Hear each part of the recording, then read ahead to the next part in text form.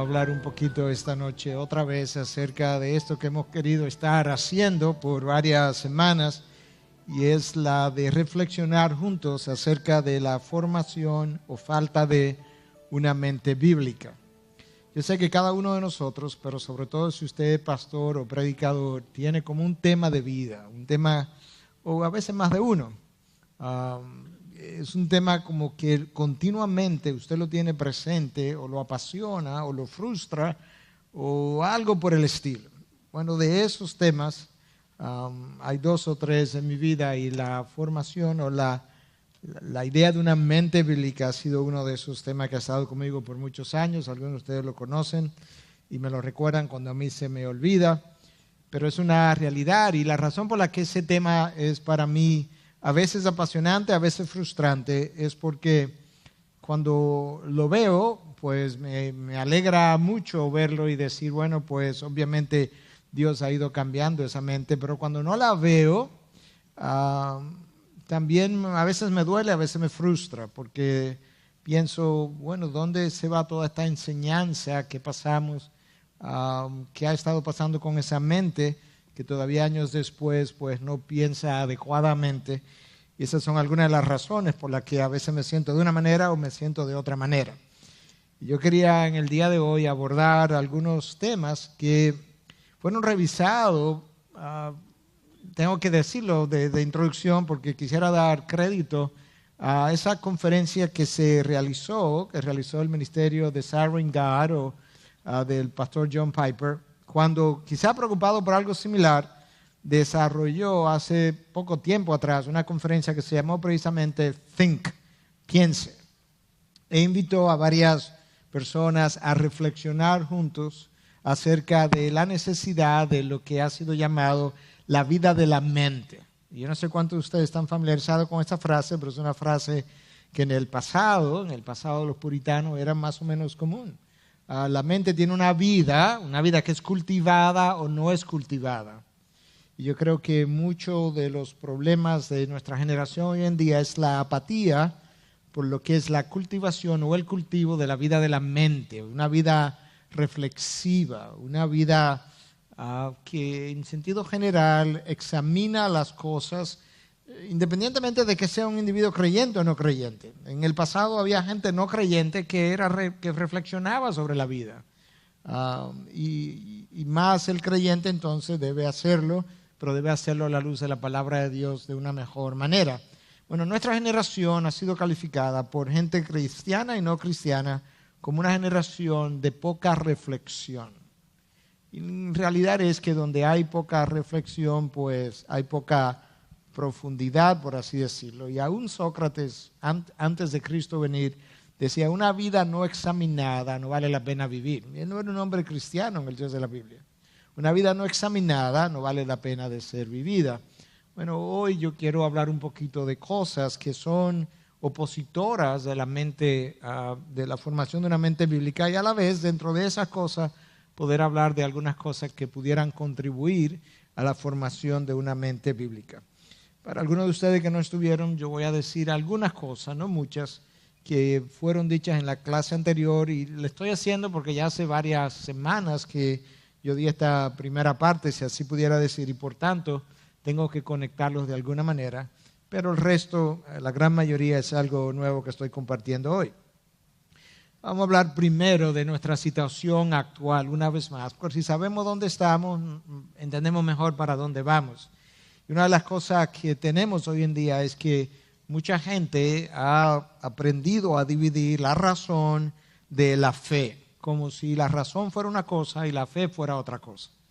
Como si la mente se nos dio para una cosa y el corazón y las emociones se nos dieron para otra cosa, y cada vez que tu corazón está involucrado y tus emociones, pues la mente no tiene que participar, y viceversa.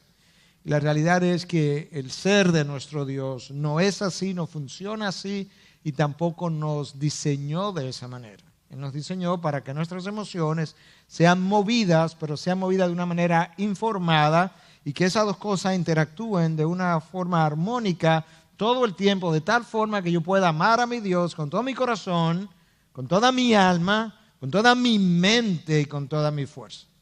Y de ahí entonces Y ese es el primer mandamiento de la ley de Dios. Ahí yo entiendo inmediatamente la interacción entre una cosa y la otra.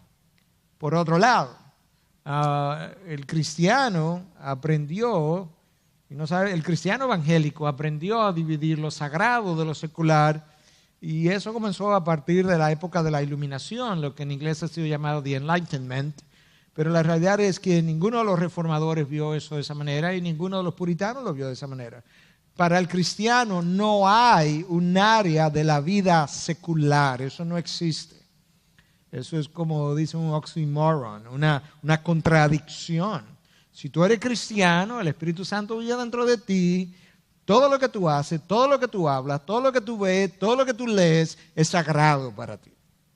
Porque está siendo hecho con la participación del Espíritu de Dios. Y de hecho, no hay ninguna área más sagrada que otra. Esta área donde yo estoy ahora mismo no es más sagrada que si yo fuera a ver a un paciente, porque se supone que esto yo tengo que hacerlo para la gloria de Dios y lo otro yo tengo que hacerlo para la gloria del mismo Dios, y el mismo Dios habita dentro de mí cuando hago una cosa, cuando hago la otra. Son diferentes escenarios y formas de glorificar a nuestro Dios. Los reformadores lo entendieron así, los puritanos lo entendieron así.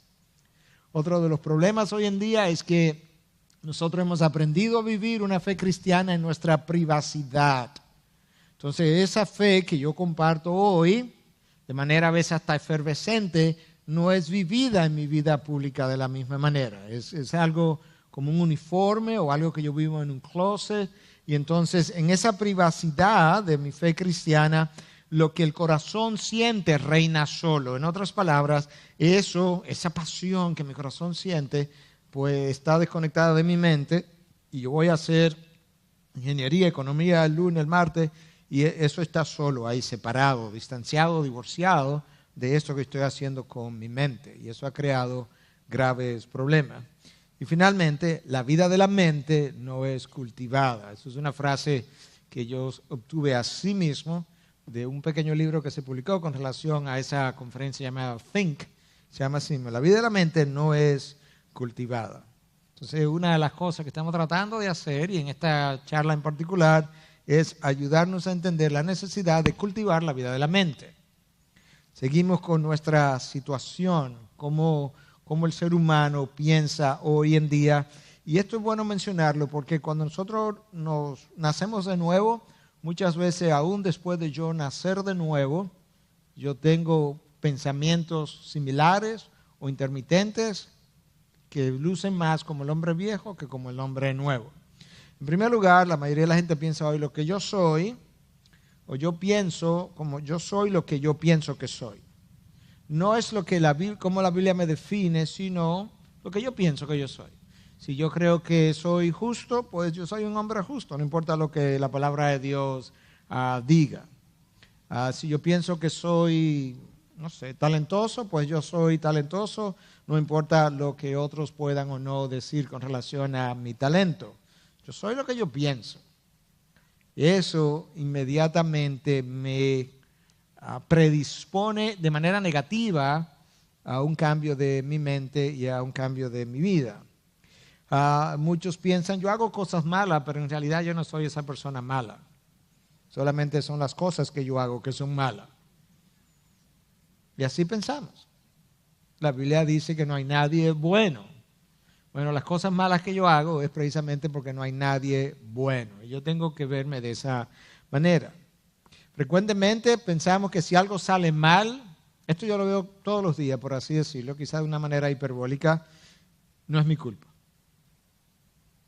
Si inmediatamente hay algo que no sale bien, yo lo veo en contextos de conversaciones sociales, en contextos de consejería, en todas las situaciones. Inmediatamente hay una justificación casi inmediata del hecho, antes de una reflexión interna, a ver a dónde yo pude haber contribuido, y que quizás yo haga primero la admisión de mi contribución y luego quizás yo pueda ver lo otro, pero usualmente se queda en la otra parte. Muchos tienen la sensación de que algo me ha ocurrido, algo mal ha ocurrido o me ha ocurrido a mí, pero otro es el culpable. mis padres, mi esposo, mi esposa, mis hijos, mi pastor, la iglesia no se ocupa de mis hijos, los hijos dicen que los padres no se ocupan de nosotros, los padres dicen, bueno, pero eso fue lo que a mí me enseñaron. Algo ha pasado y algo no anda bien, pero yo no soy culpable. Alguien es culpable. Y en cuanto a la moralidad, muchos piensan que la moralidad es relativa, pero en el mejor de los casos, nosotros que ya estamos convertidos decimos, no es relativa. Pero cuando nos toca a nosotros vivir la situación, decimos, no, espérate, eso depende. Pero déjame explicarte. Entonces ahí comienza nuestro discurso. Nosotros vivimos vidas de mucha inconsistencia. Y no sé con quién comentaba ayer, no me recuerdo con quién era la persona, pero hablaba acerca de algo y decía, no me acuerdo bien de qué hablaba, pero decía esto. Yo me he percatado que frecuentemente las personas que más condenan eso en otros son las que más sufren de eso mismo. Y ahí está nuestra inconsistencia. Entonces, ¿dónde yo necesito comenzar? Yo necesito comenzar frecuentemente reconociendo yo tengo áreas áreas de inconsistencias en mi vida que yo tengo que arreglar. No puedo... recuerdo en una ocasión tener una reunión con varios pastores y uno de estos pastores yo conozco bien y es una persona que sufre de temores en su condición humana, ¿verdad? Y él estaba hablando fuertemente, negativamente de otra persona por sus temores, y los temores al hombre y demás. Y yo lo miraba y le decía, fulano, tú sabes que nosotros vivimos llenos de temores. Y entonces hubo un silencio. En ese momento, él se le había olvidado de cuántos temores él tiene por la manera como estaba hablando de esta otra persona. Hablando de nuestra condición de sociedad hoy en día, yo creo que mencioné esto, se ha dicho por más de un autor que en el pasado la sociedad occidental, Europa, Estados Unidos, la sociedad tenía una conciencia cristiana sin ser convertida. Y hablamos de cómo hace 50 años atrás el aborto era algo impensable, la homosexualidad por igual. Y así sucesivamente. Y la gente entendía que eso eran cosas moralmente condenables. A eso que se refiere con la conciencia cristiana, aunque el corazón no estuviera convertido. Hoy en día nosotros tenemos una sociedad que tiene un corazón, una mente o una conciencia no cristiana, pero el corazón tampoco. Entonces ahora tenemos una doble condición. Y el cristiano es peor. Muchas veces tiene un corazón ya convertido porque es cristiano, pero su mente tiene tanto tinte de paganismo o de mente no convertida que a veces entonces hay mucha gente que se pregunta, pero fulano es cristiano. Y quizás nosotros mismos hemos hecho la pregunta o alguien se ha preguntado de nosotros. Entonces, una de las cosas que ha ocurrido también en los últimos años es que mucha gente no ha apreciado en el divorcio de la fe y la razón, no ha apreciado la importancia de conocer, del conocimiento. Los puritanos, como ejemplo, ¿verdad?, de vida para muchos de nosotros y cuyas obras y biografías frecuentemente nos gusta leer, eran personas altamente educadas. Muchos fueron a las universidades y otros no fueron, pero se educaron, leían, eran lectores. Fueron fundadores de universidades. De hecho, las primeras 123 de las 126 primeras universidades norteamericanas fueron fundadas por cristianos y muchos de ellos por puritanos. Los hijos de ellos aprendían a leer antes de la edad de 6 años. ¿Qué estudiaron? ¿De qué leían? Arte, ciencia, filosofía, como una forma, escucha cómo yo lo entendía, como una forma de amar a Dios con toda su mente, en cumplimiento del primer mandamiento de la ley de Dios. Y el ministro puritano en la sociedad era considerado una autoridad espiritual e intelectual en la comunidad. ¿Por qué? Por su avidez de lectura, de aprendizaje, y se constituía, al igual que los ancianos de Israel, en una fuente de consulta para saber, de sabiduría. Era alguien que era consultado por diferentes problemas por personas creyentes y no creyentes. Necesitaba un consejo, quería ver a fulano. Entonces eso se ha ido perdiendo y es parte de la condición actual en la que nosotros nos encontramos. Para hablar un poco o ilustrar un poco la diferencia entre años anteriores y años actuales, les voy a dar 2 o 3 de estas ilustraciones. En el pasado había una definición de lo que era una buena vida. Y en sentido general, una buena vida consistía en experimentar felicidad. De hecho, la Constitución norteamericana, una de las cosas que reconoce como un derecho inherente de cada persona, es el derecho a la felicidad. Ahora, la pregunta está, ¿cómo define, para usar esa nación y esa Constitución, que es la única que yo conozco que tiene consagrada en su contenido la felicidad como un valor a perseguir? La diferencia está en cómo esa gente que plasmó la Constitución concebían la felicidad y cómo la concibe el ciudadano norteamericano hoy en día, y no creo que el dominicano esté muy lejos de eso. En el pasado, una vida de felicidad era una buena vida consistente en una vida moral virtuosa y una vida intelectual virtuosa. La felicidad consistía en una vida de virtud. Y la persona exitosa sabía cómo vivir bien, virtuosamente. Esa era la felicidad. Entonces, obviamente, pensándolo así, eso es un buen derecho constitucional. Y yo tengo el derecho que me den la libertad de yo poder vivir virtuosamente, de yo poder vivir conforme a patrones morales que no me hagan daño a mí ni a mi familia. Hoy en día eso no es como se define la felicidad, sino que felicidad es tener la libertad o tener la posibilidad de yo satisfacer cualquier deseo que yo tenga. Yo escojo mi deseo y yo busco la forma de satisfacerlo.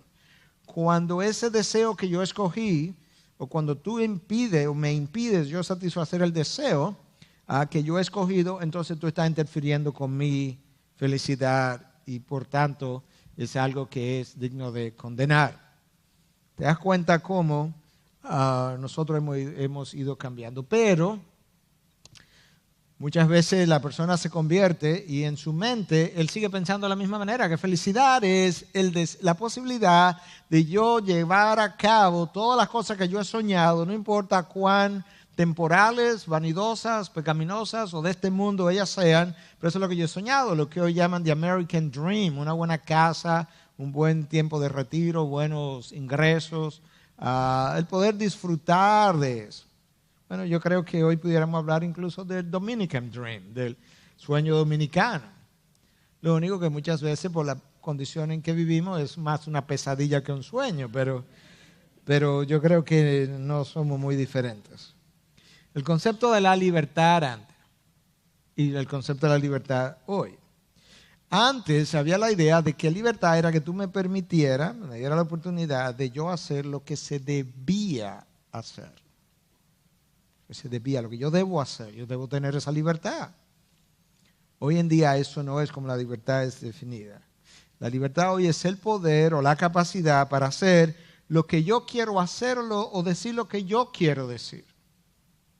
De manera que hoy la libertad de expresión, por ejemplo, como una ilustración, y el Listín Diario publicaba un editorial hace poco de la vulgaridad tan rampante en medio de la cual nosotros vivimos, una vulgaridad de vocabulario, pero eso es mi libertad, es libertad de expresión, porque ahora yo tengo la posibilidad de decir lo que yo quiero. Y de hecho eso ha sido abrazado como un valor. Uno de los valores más altos hoy en día de la sociedad es que si yo puedo tener la libertad de decir, de expresar lo que yo quiero. Y se nos olvida que el modelo de Cristo frecuentemente fue que Él, teniendo la libertad de decir y hacer lo que Él quisiera, frecuentemente no hizo lo que Él pudo haber hecho, ni dijo lo que Él pudo haber dicho, sino que Él, como oveja al matadero, fue en silencio muchas veces. Y es una mayor virtud, muchas veces, tener la libertad de decir lo que yo quiero y permanecer en silencio, honrando el carácter de Cristo, que honrar mis derechos constitucionales de esto o de aquello, y en realidad eso no va a traer ninguna gloria a nuestro Dios. Y ahí yo puedo ver la diferencia entre una mente cristiana y una mente no cristiana. Con la vida del hombre, en el pasado era un poco más comunitaria, o mucho más comunitaria, hoy mucho más individualista. En el pasado no era infrecuente, no estoy diciendo que esto esté bien o que estuvo bien, simplemente para dar la idea de un mayor sentido de comunidad. No era infrecuente que el vecino, en algunos casos, podía darle una pela a tu hijo. Quizá no como decimos por ahí de calzón quitado, pero un par de nalgadas. Y luego ir y llevártelo a tu casa, el vecino mire a su hijo y el vecino decirle, bien hecho vecino, gracias. Ustedes vivieron algunos de esos años, ¿verdad? Ok, no me hagan mentir o no me dejen mentir. Eso hoy no se puede, porque eso hoy tú puedes ser demandado y llevado a la corte. Yo sé que ha habido abusos, yo sé que hubo abusos. Yo no estoy ahora mismo defendiendo los abusos versus los no abusos. No, yo estoy simplemente diciendo que la comunidad tenía un sentido de pertenencia y por tanto de responsabilidad mutuo mayor que lo que nosotros tenemos hoy.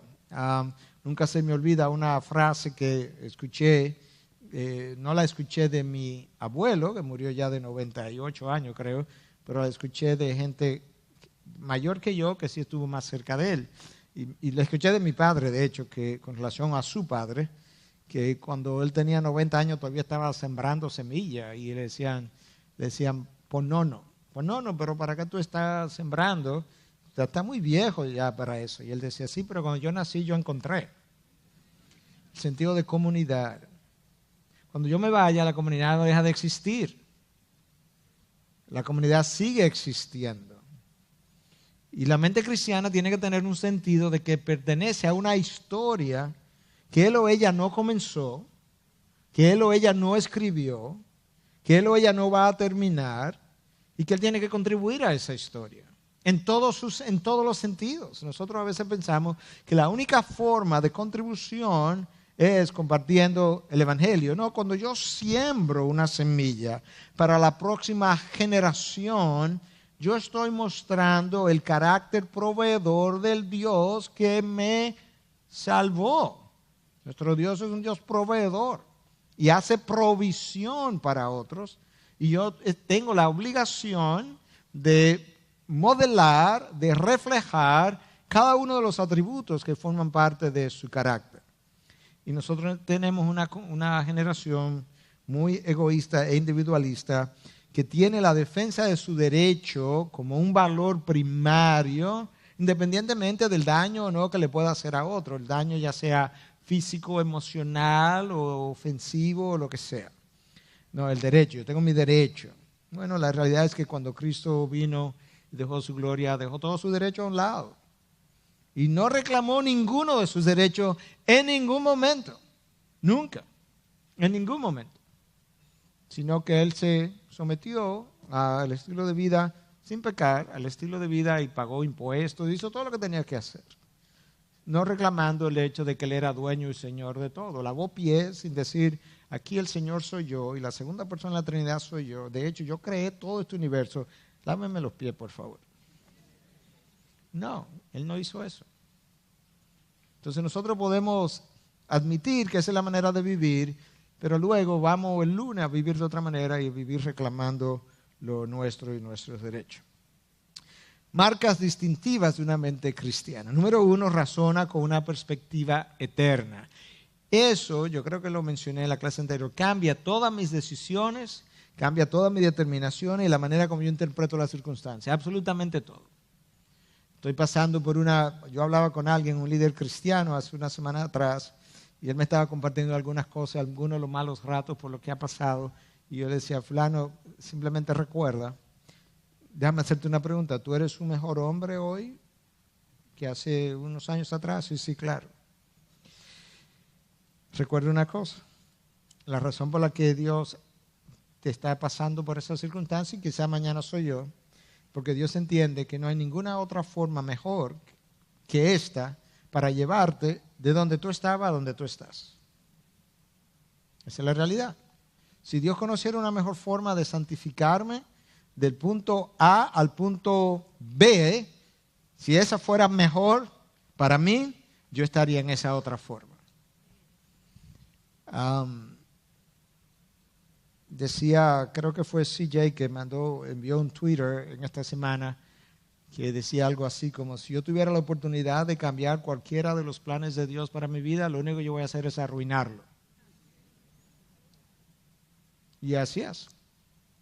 Yo he compartido esto en otras ocasiones, pero yo tengo 44 años ya de diabetes, casi 45.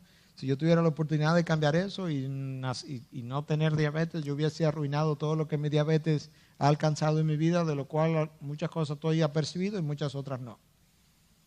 Entonces ese es nuestro Dios. La perspectiva de la eternidad cambia la interpretación por completo de todas mis circunstancias.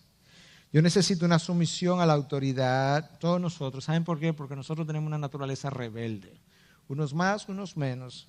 Y el diseño entero de la creación tiene un diseño de sumisión a autoridades, y yo no creo que eso está ahí por accidente. Está de principio a fin. Tú comienzas con un hombre y una mujer, Dios le dice, bueno, que te casas, y la mujer se somete al hombre. Y ustedes van a tener hijos, y le dice a los hijos, y ustedes se someten a sus padres. Y esa familia van a ser ciudadanos, ustedes se someten a la autoridad de turno. Y los amos van a tener empleados, o ustedes se someten a sus amos. Y eso no está ahí por accidente. A mí me conviene la sumisión a la autoridad porque trabaja en contra de la naturaleza rebelde natural con la que yo nazco y que continuamente quiere sobresalir. Entonces, una mente cristiana es una mente sumisa. Algunos de ustedes estudiaron, hay algunos aquí porque los vi tempranamente, que cuando yo plantaba la iglesia al principio y era el único que estaba enseñando, hicimos un curso que se llamó La Mente de Cristo. Y una de las características de la mente de Cristo en ese curso es que es una mente sumisa. Y eso es vital. Y la sumisión no es simplemente al pastor cabeza de la iglesia, no, a todos los pastores y mutuamente y a las autoridades. Y eso es una mente sumisa. Una mente de Cristo cree en la verdad y vive verazmente, vive transparentemente. Una mente cristiana valora la vida, pero la valora no solamente para estar en contra del aborto, que hasta ahí es donde llega muchas veces el valor de nuestra vida. Valora la vida para tratar a todo el mundo bien, con respeto, con dignidad, al pobre, al rico, al que se acerca al carro, al que no se acerca, el que trabaja en mi casa. El que trabaja en mi casa tiene condiciones laborables, humanas, de espacio, de comida igual a la nuestra, todo ese tipo de cosas, valoración de la dignidad humana. Esa otra persona lleva la imagen de Cristo, la imagen de Dios, y por tanto, aquellas cosas que la imagen de Dios en mí merece, entre comillas, como sería un espacio digno de lo que sería una vida digna, una comida más o menos digna, pues esa otra persona también la merece exactamente igual. La dignidad de la vida no termina con la defensa del aborto, ni comienza ni termina ahí. Comienza y termina mucho más allá. Eso es una mente cristiana. Si usted lee inglés y quiere leer algo de esto, The Christian Mind de Harry Blamires, es un libro que le puede ayudar a ver alguna de estas cosas. La mente secular, hablamos la semana pasada, que razona y concluye de esta manera. Él aplica la razón, con su razón él recibe información y él la filtra a través de su experiencia y esa es su conclusión. La mente cristiana no piensa de esa manera. Él sabe que él tiene una razón, él tiene una conciencia, pero tiene una revelación. Y es ahí donde su mente o donde su análisis comienza. Es con la revelación de Dios. Esa revelación de Dios entonces es razonada por una mente que Dios le dio. Y es pasado su razonamiento por una conciencia que ha sido informada por la palabra, una conciencia que ha sido afilada por la misma palabra y luego entonces llega a una conclusión. Eso va a alterar significativamente todas nuestras decisiones y todas las maneras de nosotros ver la vida. Ok, habiendo dicho todo eso, nuestra clase comienza aquí, obstáculo para una mente cristiana. Ignorancia, número 1. Nosotros tenemos una ignorancia de base, todos nosotros, que comienza o comenzó en el jardín del Edén. Tan pronto el hombre se despegó de Dios, ya él no conoce completamente. El apóstol Pablo habla de eso en 1 Corintios 13. Ahora nosotros conocemos y vemos parcialmente. De manera que el mejor de nosotros, de los seres humanos, Salomón, él tiene ignorancia o tenía ignorancia en su ser por el simple hecho de no ser Adán. Entonces ahí ya comienza nuestro problema. Nosotros ignoramos de base.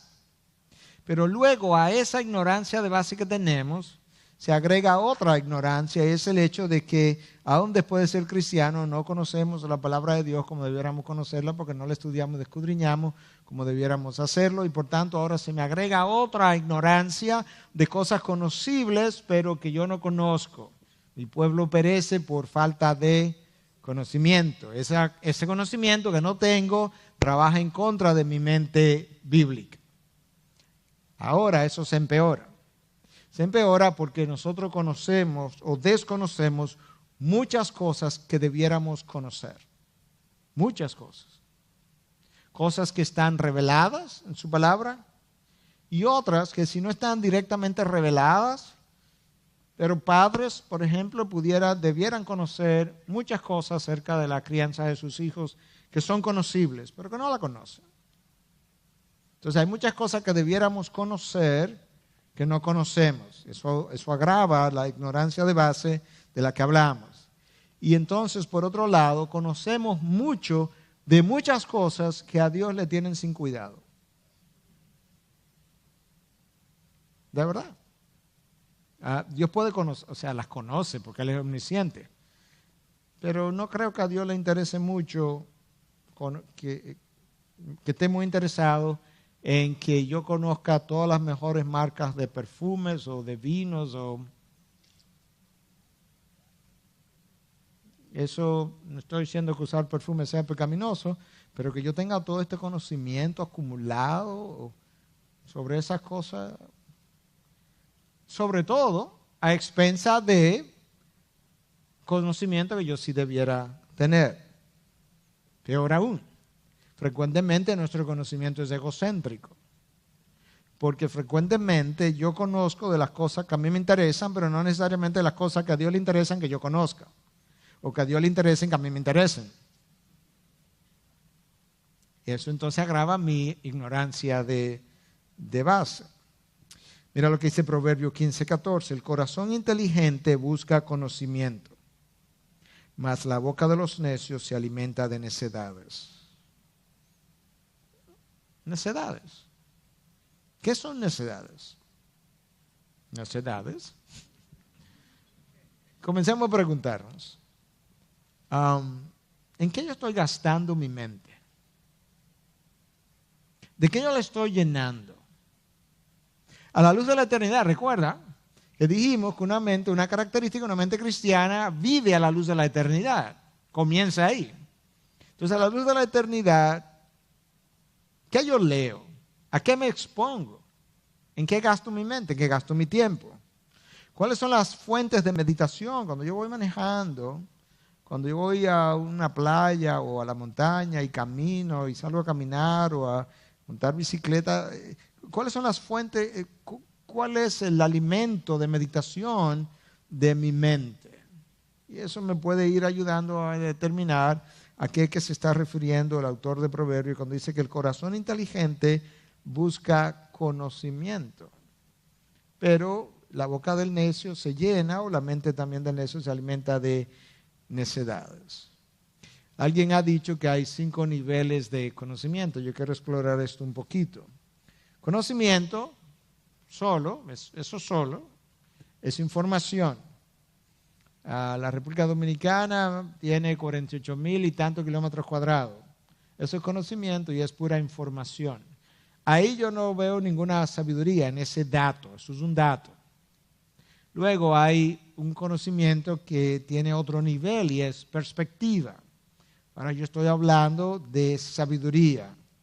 Yo puedo tener un dato y analizarlo en frío, o yo puedo tener un dato y entonces analizarlo a la luz o desde la perspectiva de la eternidad y encontrarle una aplicación a eso que produzca un buen resultado y que resulte en la gloria de nuestro Dios.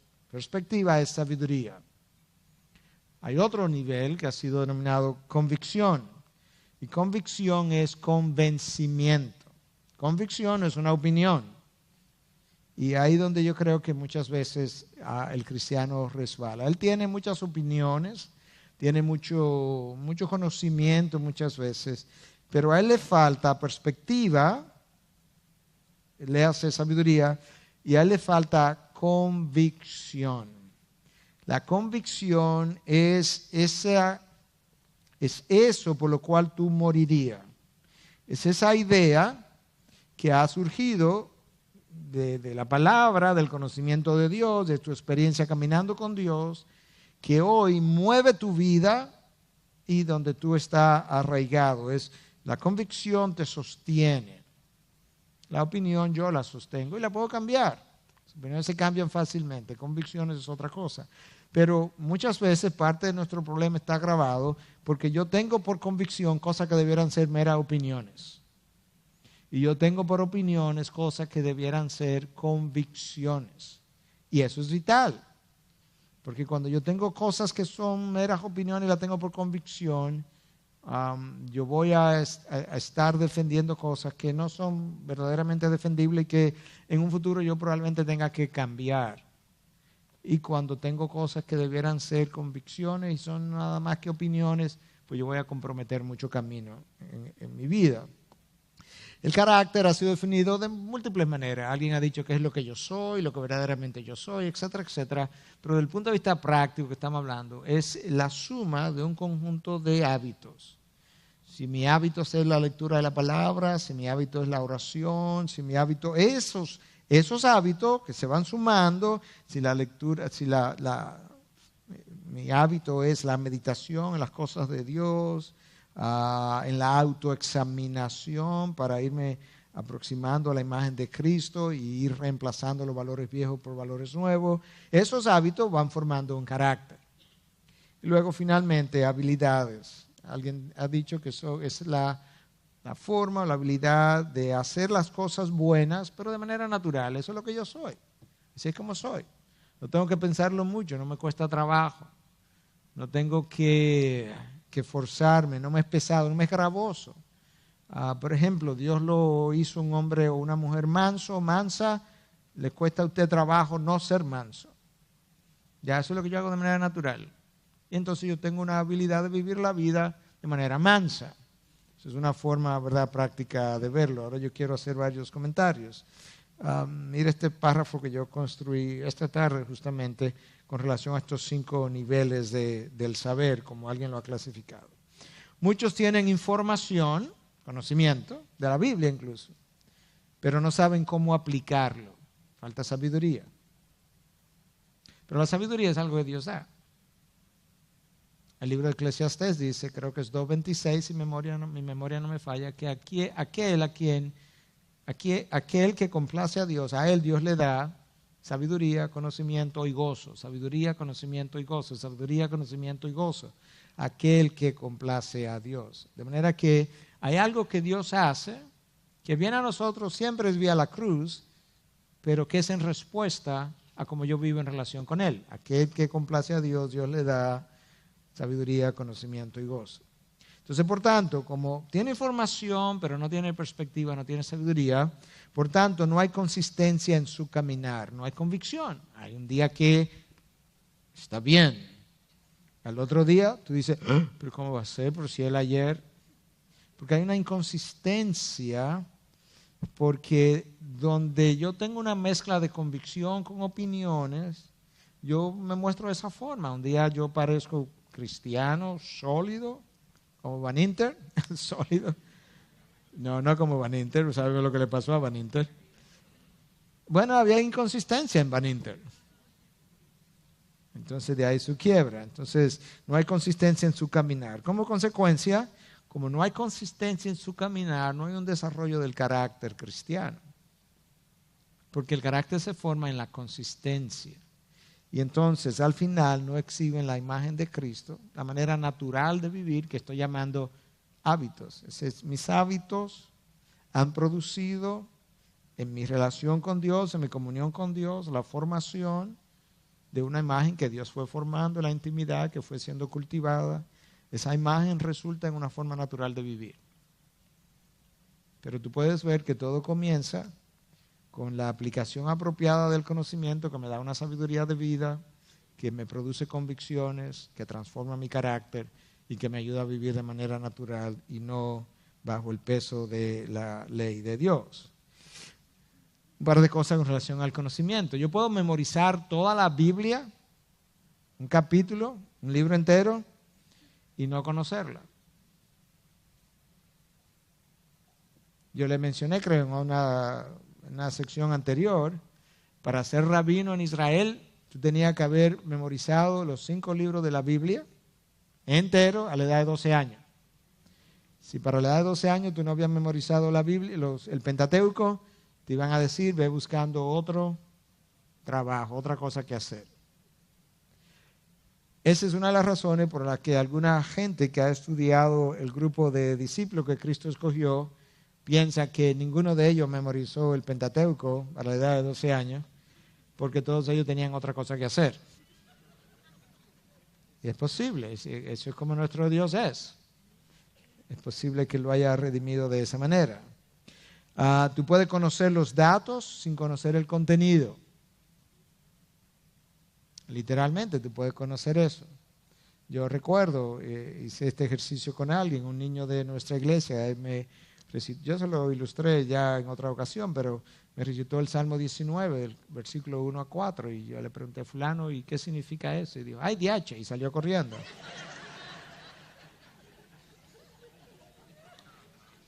En ese momento yo no podía recitar los 4 versículos del Salmo 19, pero cuando él dijo lo que dijo, yo sabía exactamente lo que él dijo. Los cielos proclaman la gloria de Dios, ¿verdad? Y un día dice a otro día, eso es lo que dice. Y que por todo el mundo se oye su voz. Pero no tenía idea. Él tenía los datos, pero él no conocía el contenido. Eso nos pasa a nosotros muchas veces. La realidad es que yo no conozco algo hasta que yo no lo aplico. Usted se lee un libro de manual de cómo manejar, se lo aprendió de memoria, sabe a cuántos centímetros de la acera hay que parquearse, pero usted no se sabe parquear hasta que no va y se parquea varias veces. ¿Cierto? El conocimiento es adentrado en mi ser con la aplicación. Y eso ha sido verificado. Yo no sé, tú me puedes aplicar cómo sumar, restar, dividir, como hacen los profesores, y luego cuando el niño va a sumar, restar, no le da la suma ni la resta, porque él todavía no sabe, aunque él entendió perfectamente. Entonces cuando llega a la casa, la mamá o el papá, pero tú no entendiste, sí, pero no lo puede hacer, no, porque todavía el conocimiento no se ha adentrado hasta que yo no lo aplico, y eso es uno de los problemas cuando estamos alimentando a la congregación domingo tras domingo, miércoles tras miércoles, los viernes cuando vienen a otros cursos, lunes o martes o miércoles que van a otros cursos. Si ese conocimiento que están recibiendo y que decimos, wow, qué bueno está eso, qué bueno tuvo la clase hoy, si yo no lo aplico, yo mañana no lo tengo. Yo no sé cómo funciona eso. Simplemente, pero ¿cómo tuvo el sermón? Fue muy bueno, pero ¿y de qué hablo? Yo no me acuerdo, pero fue bueno. Yo he oído eso. Mira este verso que quizás nos pueda ayudar un poco, conocimiento versus perspectiva. A Moisés Dios dio a conocer sus caminos y a los hijos de Israel sus obras. Como que hay una diferencia ahí. Los hijos de Israel sí vieron a las aguas de Marabá pasar de estar contaminadas o venenosas o amargas a dulces, vieron el maná caer, ellos vieron las obras. Moisés conoció sus caminos. Éxodo 32 tiene una frase también que dice, pero Moisés conocía the ways of God, los caminos de Dios. En otras palabras, Moisés entendía, dentro de su humanidad obviamente, pero entendía el porqué de las cosas, el porqué de las disciplinas, el porqué del cordón alrededor del monte, el porqué de los truenos, el porqué. Él conocía the ways of God. Dentro de su humanidad, cómo Dios estaba trabajando. Ellos simplemente veían el trabajo. Moisés tenía una perspectiva distinta. Los hijos de Israel tenían conocimiento, Moisés tenía perspectiva. La perspectiva es acerca de tener la mente de Dios. No es recitar el séptimo mandamiento o el quinto de la ley de Dios. No, es tener la mente de Dios de tal manera que ahora que yo conozco el quinto mandamiento de la ley de Dios, yo voy no solamente a saber cómo honrar a padre y madre, yo voy a querer honrar padre y madre. Y no solamente lo voy a querer, me causa beneplácito honrar padre y madre. Porque ahora yo tengo la mente de Cristo. Y así sucesivamente con cada mandamiento. Hay una gran diferencia entre conocer o tener el conocimiento que la mente de Cristo puede tener y tener la mente de Cristo. La mente de Cristo sabe cómo aplicar la sabiduría de Dios, pero disfruta aplicarla. Se goza en aplicarla. Y eso es algo que nosotros necesitamos desarrollar, porque entonces yo voy a querer todo el tiempo andar y caminar de esa manera. Obstáculo número 2 para una mente cristiana, distracción. Al Mohler, en este libro que se llama, un capítulo, mejor dicho, que se llama The Way the World Thinks, o la manera como el mundo piensa, y el libro se llama Thinking, Loving, Doing, pensando, amando, haciendo. Él dice que nosotros tenemos déficit de atención teológico. No déficit de atención, attention deficit disorder, sino tenemos un desorden, pero es de atención teológica. Entonces mira este versículo que yo encontré para ilustrar parte de lo que quizás le estaba tratando de decir.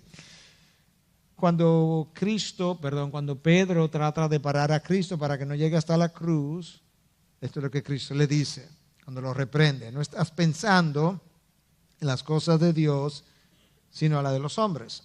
Ahí él tenía déficit de atención, porque hacía unos versículos atrás que él le dice, tú eres el Cristo, el Hijo del Dios viviente.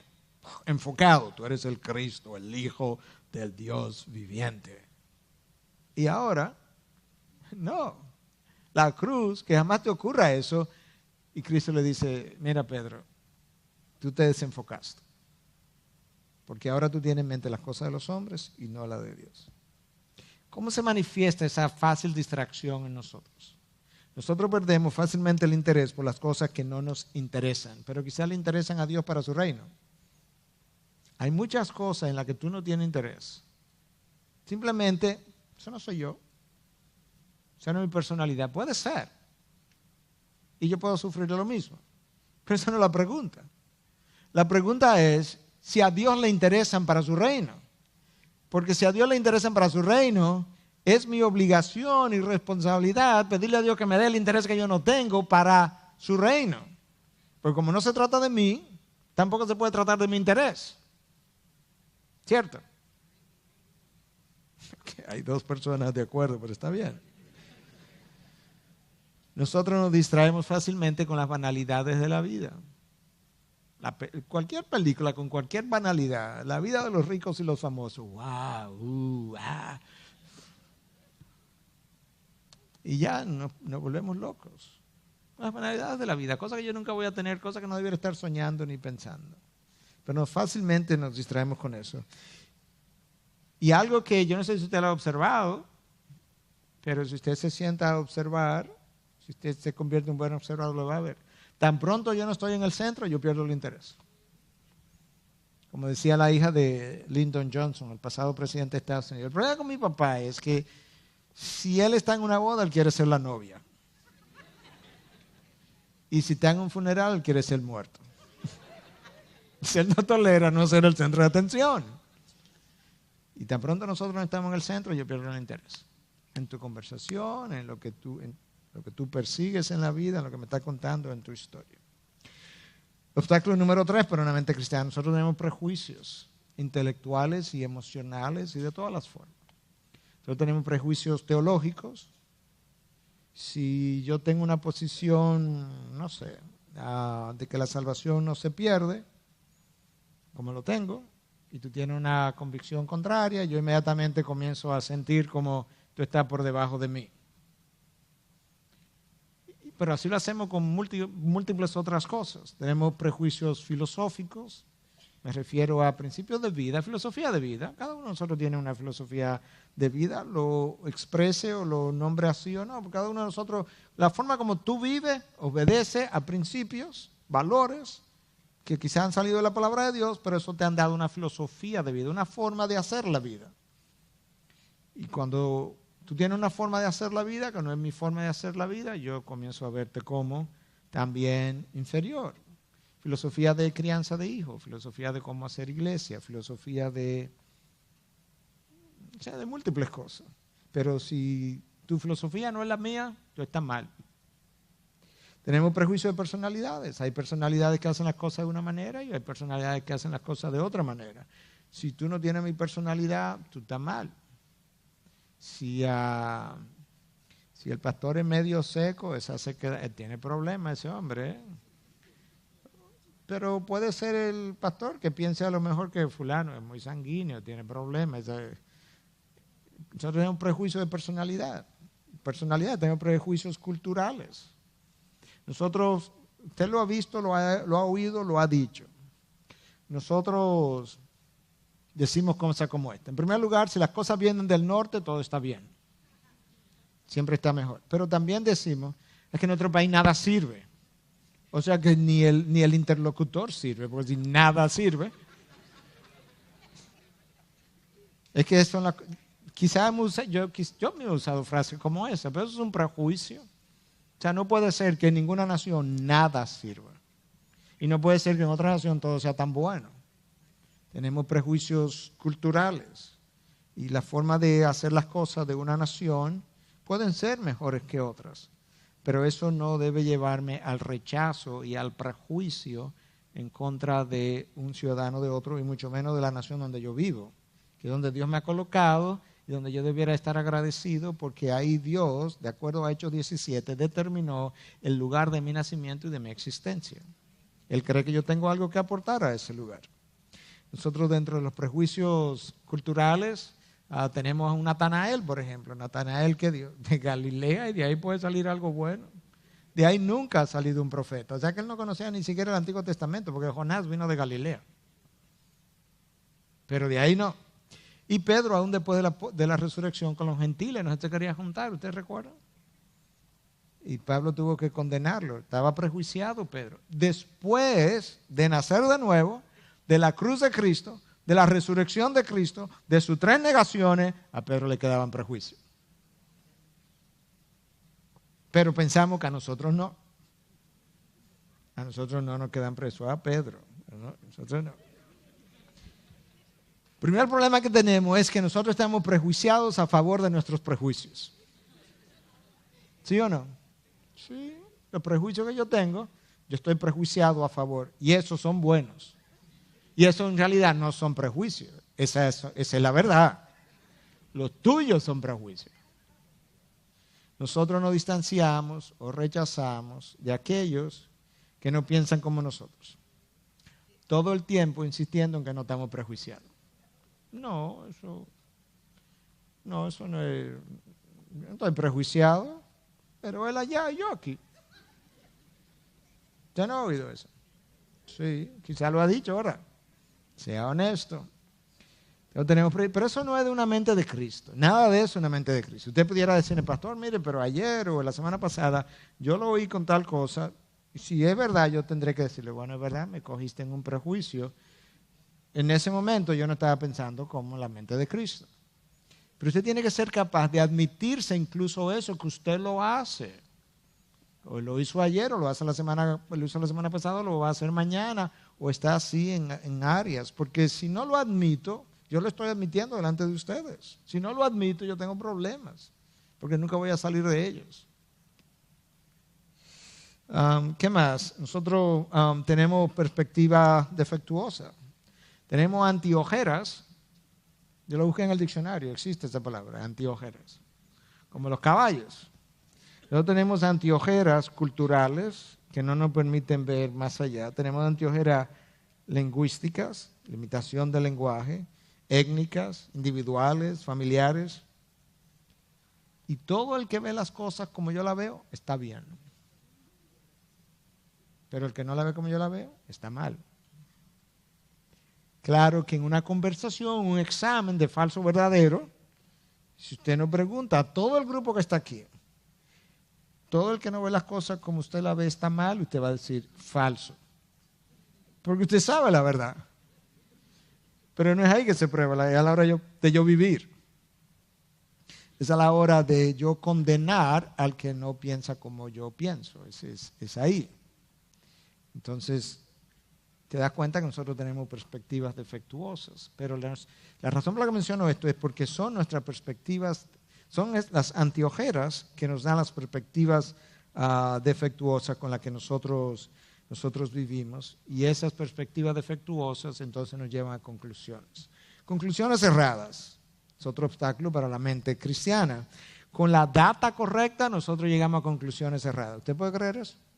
Usted tiene la información correcta, pero usted concluye erradamente. La mejor forma de usted ver eso es usted invita a 5 periodistas y hace un evento aquí y lo pone a reportar. Y todos lo ponen en el mismo sitio, lo ponen en esa primera fila. Él dice que reporta el evento.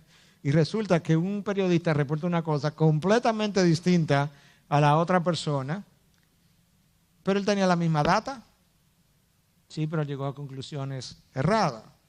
Mire este texto de Lucas 24, 36 al 40. Mientras ellos relataban estas cosas, Jesús se puso en medio de ellos.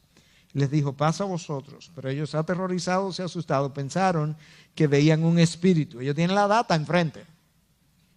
Tienen a Jesús que le está hablando, pero ellos creen que es un espíritu. Y les dijo, ¿por qué estáis turbados y por qué surgen dudas en vuestro corazón? Mirad mis manos y mis pies, que soy yo mismo. Palpadme y ved, porque un espíritu no tiene carne ni hueso, como veis que yo tengo. Y cuando dijo esto, le mostró las manos y los pies.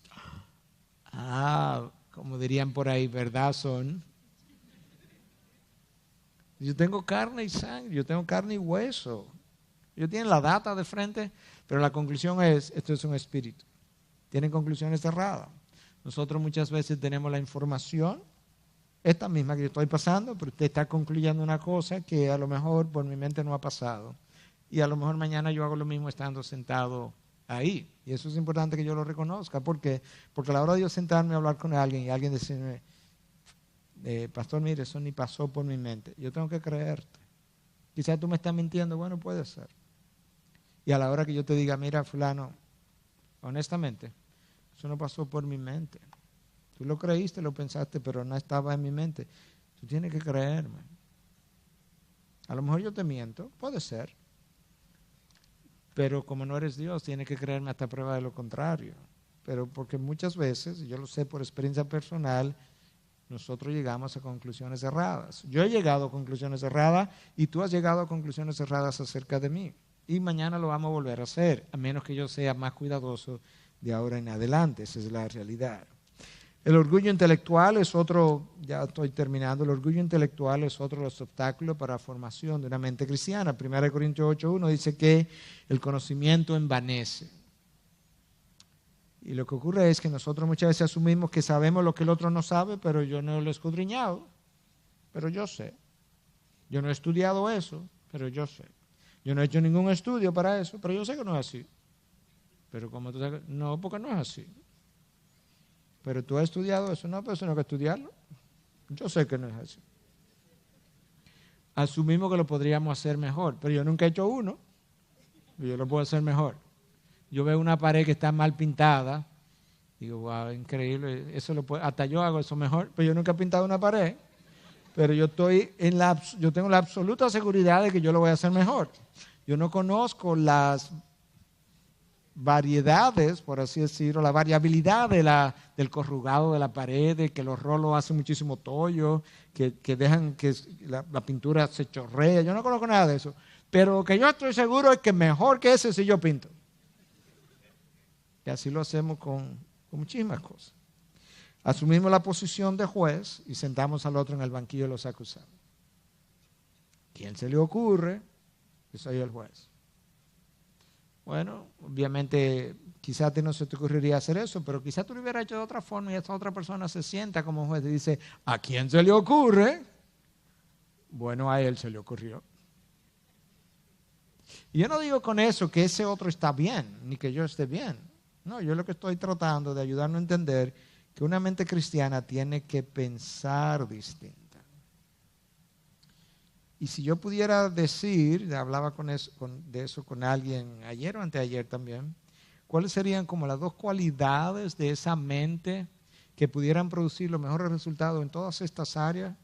Es lo que Cristo dijo, aprended de mí que soy manso y humilde. Y entonces hallaré paz para vuestras almas. Yo creo que si esa mente aprende a ser mansa y humilde, no va a ser perfecta, se va a equivocar, va a hacer alguna de estas cosas, pero se va a comportar mejor, porque muchas de estas cosas es el fruto de no ser manso ni humilde. Y de eso es que Cristo quiere que yo esté hecho. Finalmente, a manera de conclusión, cultivando una mente cristiana. Número 1, vive en congruencia con la revelación de Dios. Eso le va a traer paz. Vive en congruencia con la revelación de Dios. Una mente ansiosa, deprimida, es un obstáculo para amar a Dios con toda tu mente. Hermano, yo he estado deprimido. Yo no estoy diciendo que el cristiano no se deprime. Yo he estado deprimido más de una vez. Eso no es lo que estoy diciendo. Lo que estoy diciendo es que cuando yo estaba de esa manera, ese no fue el momento en que yo estaba amando a Dios de la mejor forma, porque yo tenía mucho enfoque en cosas que tenían que ver conmigo y no con Dios, y que estaban alimentando mi depresión en ese momento. Número 2, escudriñe las Escrituras para llegar a ser como Cristo, a su imagen. Necesitas hacer eso, escudriñarla. No leerla, escudriñarla, meditarla, rumiarla. Número 3, evalúe cada cosa a la luz de la eternidad. ¿Realmente vale la pena a la luz de la eternidad que yo eche un pleito con mi esposa por eso? Que la comida está muy fría. Pon eso a la luz de la eternidad. Ok, el arroz frío del mediodía de hoy, a la luz de la eternidad. Y quizás debe darle gracias que te dio arroz y te cocinó arroz. En cada decisión pregúntese de qué manera puede reflejar mejor la gloria de Dios. Si usted piensa que quejándose del arroz frío es la mejor manera de reflejar la gloria de Dios, pues quéjese. Pero usted sabe que esa no es la mejor manera de reflejar la gloria de Dios. En cada decisión piense cuál es la mejor manera de reflejar la gloria de Dios. Ya sea que usted coma o beba o coma arroz frío, hacerlo todo para la gloria de Dios. Ninguna decisión es acerca de mí. Ninguna decisión es acerca de mí, hermano. Tiene que pensar en eso. Estos conflictos interpersonales entre parejas tienen que ver conmigo. No tienen nada que ver conmigo. Si tú y yo mañana entramos en un conflicto, al final de cuentas no tiene que ver conmigo. Tiene que ver con la gloria de Dios. Tiene que ver con el cuerpo de Cristo. Tiene que ver con su evangelio. Tiene que ver con su cruz. Tiene que ver con su iglesia. Y tiene que ver con un archienemigo que está loco por ver a los hijos de Dios embarrados, a su iglesia embarrada, al mundo hablando mal de la iglesia que aquí se reúne. De eso es que se trata. Y yo tengo que decir, yo no voy a ser instrumento de eso. Otros lo pueden ser, pero yo no. Yo me rehúso a ser instrumento de eso. Viva su llamado. Cada uno de nosotros tiene un llamado distinto al del otro. Hay un llamado general que tú puedes hablar de santificación, de servicio, una serie de cosas que usted lo conoce. Pero luego hay llamados individuales. Viva su llamado. No trate de vivir el llamado suyo y el del otro. Yo no puedo entender, a veces yo no puedo entender el llamado del otro. Muchas veces no puedo entender el llamado del otro porque no me lo han hecho a mí. Entonces eso está como raro. O sea, un profeta casado con una prostituta. Bueno, eso está raro. ¿Pero eso está en la Biblia? Sí, eso está en la Biblia. O sea, que Dios le puede pedir eso. No, eso está raro. No, hay que investigar a Osea, porque Osea tenía que tener un problema de lujuria, Osea. No, él tenía un llamado. ¿Sabes por qué tú no lo puedes entender? Porque a ti no te dieron la gracia para ese llamado. O sea, un profeta que anduvo predicando desnudo por 3 años. Eso está en la Biblia. Y que su nombre era el profeta Isaías, que era el profeta Mesías. Eso está raro. No, Isaías no podía estar bien. Dios lo usó, pero él no podía estar bien. No puede entender. O sea, un profeta que comía grillo y miel. O sea, esa era su dieta. Y vestido de cuero, un cinturón de... ¿Qué es eso? No lo puede entender. No puede entender. Pablo, ¿no? que nunca paraba en ningún sitio, vivía viajando. No te lo puedo entender porque ese no es tu llamado. Viva su llamado, bajo su autoridad, para su honor y su gloria. Y eso nos va a permitir vivir más tranquilamente.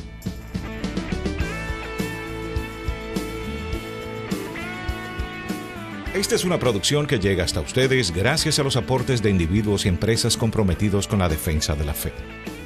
Para más información, preguntas y comentarios, visite nuestra página de internet www.integridadisabiduría.org. En esta página encontrará información sobre la producción de este y otros recursos que ponemos a su disposición, como también las formas en las que usted puede contribuir con la producción de programas como estos. Les invitamos nuevamente a visitar nuestra página de internet www.integridadisabiduría.org. Será hasta la próxima, cuando nos reencontremos en su palabra. Fuimos llamados para vivir en su palabra.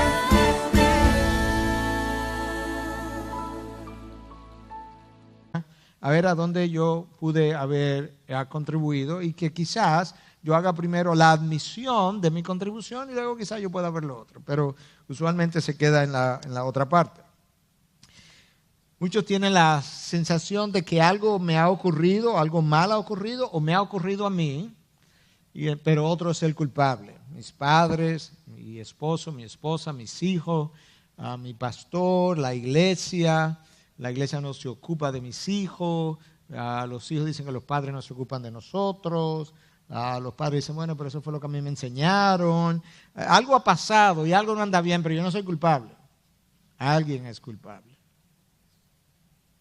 Y en cuanto a la moralidad, muchos piensan que la moralidad es relativa, pero en el mejor de los casos, nosotros que ya estamos convertidos decimos, no es relativa. Pero cuando nos toca a nosotros vivir la situación, decimos, no, espérate, eso depende. Pero déjame explicarte. Entonces ahí comienza nuestro discurso. Nosotros vivimos vidas de mucha inconsistencia. Y no sé con quién comentaba ayer, no recuerdo con quién era la persona, pero hablaba acerca de algo y decía, no me acuerdo bien de qué hablaba, pero decía esto. Yo me he percatado que frecuentemente las personas que más condenan eso en otros son las que más sufren de eso mismo. Y ahí está nuestra inconsistencia. Entonces, ¿dónde yo necesito comenzar? Yo necesito comenzar frecuentemente reconociendo yo tengo áreas áreas de inconsistencias en mi vida que yo tengo que arreglar. No puedo... recuerdo en una ocasión tener una reunión con varios pastores y uno de estos pastores yo conozco bien y es una persona que sufre de temores en su condición humana, ¿verdad? Y él estaba hablando fuertemente, negativamente de otra persona por sus temores y los temores al hombre y demás. Y yo lo miraba y le decía, fulano, tú sabes que nosotros vivimos llenos de temores. Entonces hubo un silencio. En ese momento, él se le había olvidado de cuántos temores él tiene. Por la manera como estábamos personas a reflexionar juntos acerca de la necesidad de lo que ha sido llamado la vida de la mente. Y yo no sé cuántos de ustedes están familiarizados con esta frase, pero es una frase que en el pasado los puritanos era más o menos común. La mente tiene una vida que es cultivada o no es cultivada. Y yo creo que muchos de los problemas de nuestra generación hoy en día es la apatía por lo que es la cultivación o el cultivo de la vida de la mente, una vida reflexiva, una vida que en sentido general examina las cosas independientemente de que sea un individuo creyente o no creyente. En el pasado había gente no creyente que reflexionaba sobre la vida. Y más el creyente entonces debe hacerlo, pero debe hacerlo a la luz de la palabra de Dios de una mejor manera. Bueno, nuestra generación ha sido calificada por gente cristiana y no cristiana como una generación de poca reflexión. Y en realidad es que donde hay poca reflexión, pues hay poca profundidad, por así decirlo. Y aún Sócrates, antes de Cristo venir, decía, una vida no examinada no vale la pena vivir. Y él no era un hombre cristiano en el Dios de la Biblia. Una vida no examinada no vale la pena de ser vivida. Bueno, hoy yo quiero hablar un poquito de cosas que son opositoras de la mente, de la formación de una mente bíblica, y a la vez, dentro de esas cosas, poder hablar de algunas cosas que pudieran contribuir a la formación de una mente bíblica. Para algunos de ustedes que no estuvieron, yo voy a decir algunas cosas, no muchas, que fueron dichas en la clase anterior, y le estoy haciendo porque ya hace varias semanas que yo di esta primera parte, si así pudiera decir, y por tanto tengo que conectarlos de alguna manera, pero el resto, la gran mayoría, es algo nuevo que estoy compartiendo hoy. Vamos a hablar primero de nuestra situación actual, una vez más, porque si sabemos dónde estamos, entendemos mejor para dónde vamos. Y una de las cosas que tenemos hoy en día es que mucha gente ha aprendido a dividir la razón de la fe, como si la razón fuera una cosa y la fe fuera otra cosa. Como si la mente se nos dio para una cosa y el corazón y las emociones se nos dieron para otra cosa, y cada vez que tu corazón está involucrado y tus emociones, pues la mente no tiene que participar y viceversa.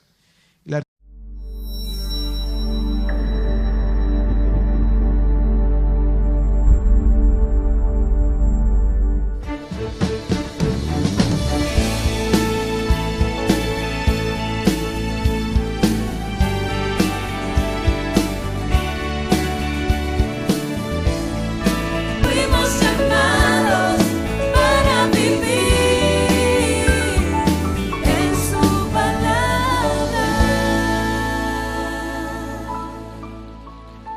Vamos a hablar un poquito esta noche otra vez acerca de esto que hemos querido estar haciendo por varias semanas, y es la de reflexionar juntos acerca de la formación o falta de una mente bíblica. Yo sé que cada uno de nosotros, pero sobre todo si usted es pastor o predicador, tiene como un tema de vida, un tema, o a veces más de uno. Es un tema como que continuamente usted lo tiene presente, o lo apasiona, o lo frustra, o algo por el estilo. Bueno, de esos temas hay 2 o 3 en mi vida, y la formación o la idea de una mente bíblica ha sido uno de esos temas que ha estado conmigo por muchos años. Algunos de ustedes lo conocen y me lo recuerdan cuando a mí se me olvida, pero es una realidad, y la razón por la que ese tema es para mí a veces apasionante, a veces frustrante, es porque cuando lo veo, pues me alegra mucho verlo y decir, bueno, pues obviamente Dios ha ido cambiando esa mente, pero cuando no la veo, también a veces me duele, a veces me frustra, porque pienso, bueno, ¿dónde se va toda esta enseñanza que pasamos, que ha estado pasando con esa mente que todavía años después pues no piensa adecuadamente? Y esas son algunas de las razones por las que a veces me siento de una manera o me siento de otra manera. Y yo quería en el día de hoy abordar algunos temas que fueron revisados, tengo que decirlo de introducción, porque quisiera dar crédito a esa conferencia que realizó el ministerio de Siren God o del pastor John Piper, cuando quizá preocupado por algo similar, desarrolló hace poco tiempo atrás una conferencia que se llamó precisamente Think, Piense, e invitó a varias realidades que el ser de nuestro Dios no es así, no funciona así, y tampoco nos diseñó de esa manera. Él nos diseñó para que nuestras emociones sean movidas, pero sean movidas de una manera informada, y que esas dos cosas interactúen de una forma armónica todo el tiempo, de tal forma que yo pueda amar a mi Dios con todo mi corazón, con toda mi alma, con toda mi mente y con toda mi fuerza. Y de ahí entonces, y ese es el primer mandamiento de la ley de Dios. Ahí yo entiendo inmediatamente la interacción entre una cosa y la otra. Por otro lado, el cristiano aprendió, el cristiano evangélico aprendió a dividir lo sagrado de lo secular, y eso comenzó a partir de la época de la iluminación, lo que en inglés ha sido llamado the Enlightenment. Pero la realidad es que ninguno de los reformadores vio eso de esa manera, y ninguno de los puritanos lo vio de esa manera. Para el cristiano no hay un área de la vida secular, eso no existe. Eso es como dice un oxymoron, una contradicción. Si tú eres cristiano, el Espíritu Santo vive dentro de ti. Todo lo que tú haces, todo lo que tú hablas, todo lo que tú ves, todo lo que tú lees es sagrado para ti. Porque está siendo hecho con la participación del Espíritu de Dios. Y de hecho, no hay ninguna área más sagrada que otra. Esta área donde yo estoy ahora mismo no es más sagrada que si yo fuera a ver a un paciente, porque se supone que esto yo tengo que hacerlo para la gloria de Dios y lo otro yo tengo que hacerlo para la gloria del mismo Dios, y el mismo Dios habita dentro de mí cuando hago una cosa, cuando hago la otra. Son diferentes escenarios y formas de glorificar a nuestro Dios. Los reformadores lo entendieron así, los puritanos lo entendieron así. Otro de los problemas hoy en día es que nosotros hemos aprendido a vivir una fe cristiana en nuestra privacidad.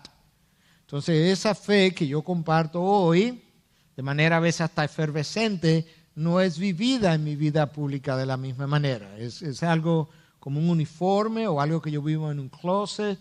Y entonces, en esa privacidad de mi fe cristiana, lo que el corazón siente reina solo. En otras palabras, esa pasión que mi corazón siente, pues está desconectada de mi mente, y yo voy a hacer ingeniería, economía el lunes, el martes, y eso está solo ahí, separado, distanciado, divorciado de esto que estoy haciendo con mi mente, y eso ha creado graves problemas.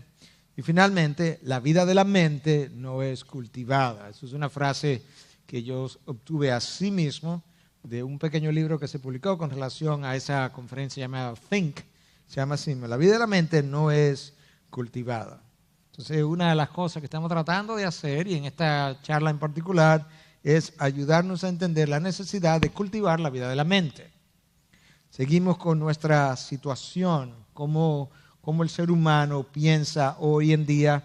Y esto es bueno mencionarlo porque cuando nosotros nos nacemos de nuevo, muchas veces, aún después de yo nacer de nuevo, yo tengo pensamientos similares o intermitentes que lucen más como el hombre viejo que como el hombre nuevo. En primer lugar, la mayoría de la gente piensa hoy lo que yo soy, o yo pienso como yo soy lo que yo pienso que soy.